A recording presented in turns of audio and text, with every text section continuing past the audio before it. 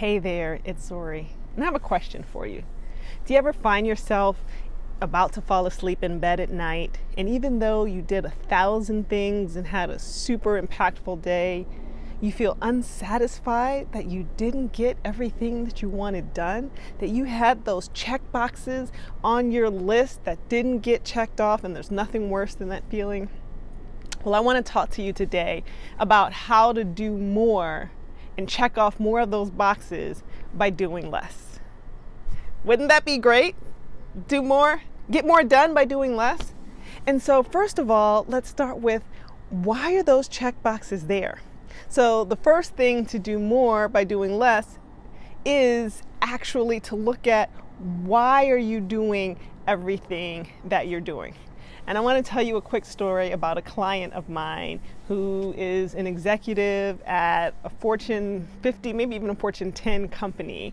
And when she came to me, like so many of my clients, came to me at wit's end because she was taking care of everything. Her checklist was a mile long between all of the things with work, the people she managed, her projects, her family, her kid, her husband, and then her extended family, and then the community. She was everything to everybody, and it was all that she could do. It was impossible to get all of that done. And so one of the most powerful places where we started was looking at the list itself. And part of the problem, we learn all sorts of time management and everything else about how to manage, how to get through the list, but you got to start with the list itself. And why does that list look the way it does? And does it need to stay as long as it does? As a matter of fact, the question to ask yourself is, what purpose is that list serving? What am I getting out of having that list so long? Do I really need all of those things? And here's what I mean. I have one particular client who as we started to kind of dive in and unravel that, unpack that, she realized that part of the reason why her list was so long was because it was a distraction mechanism. And if she kept doing all of those things, it allowed her to distract herself from connecting to the fact that she wasn't actually happy with her life, to connect with the fact that she was unsatisfied in her job, but that was the scariest thing, to have to deal with the truth that maybe it was time to leave that job. And so she created this big, huge, busy life to keep her distracted from that. Or one of my other clients, and I actually facilitated an entire group where the entire group and organization came to realize that part of the reason they had such a busy life with their kids and their family and the overactive, if you're one of the moms who has the overactive kids, and part of that was because this was what they learned of what it meant to get love, that love wasn't something we're just guaranteed, that it was something that we had to earn. And so we had to earn our right to deserve love, to receive love. And so in those check boxes, those were each one more notch in earning and receiving love. So the first part is to really look at, why is that list so long?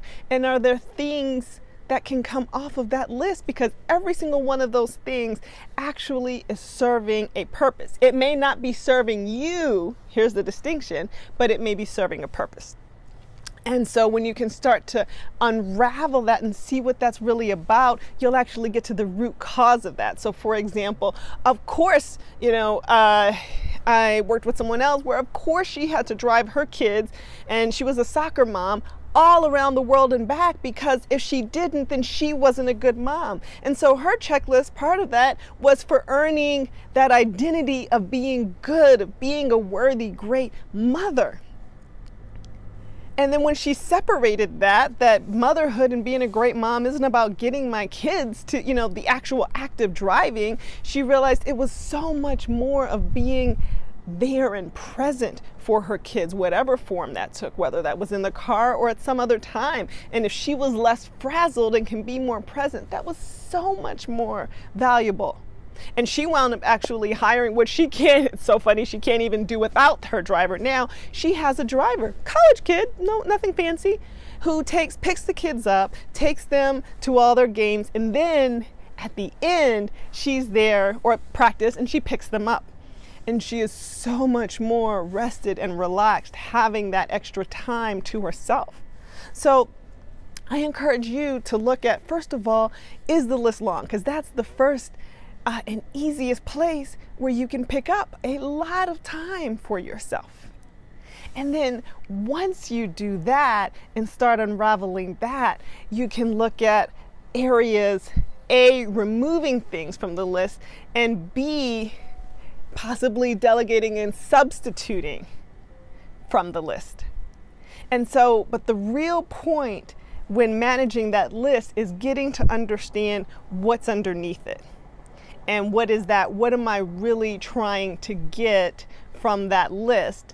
So we're created this big list and then we feel bad because we don't have the list. And that unraveling and getting to that part of what you really need is so powerful, because it then allows you to see some of those limiting patterns and beliefs you have in your life that are holding you back or slowing down from getting what you really want.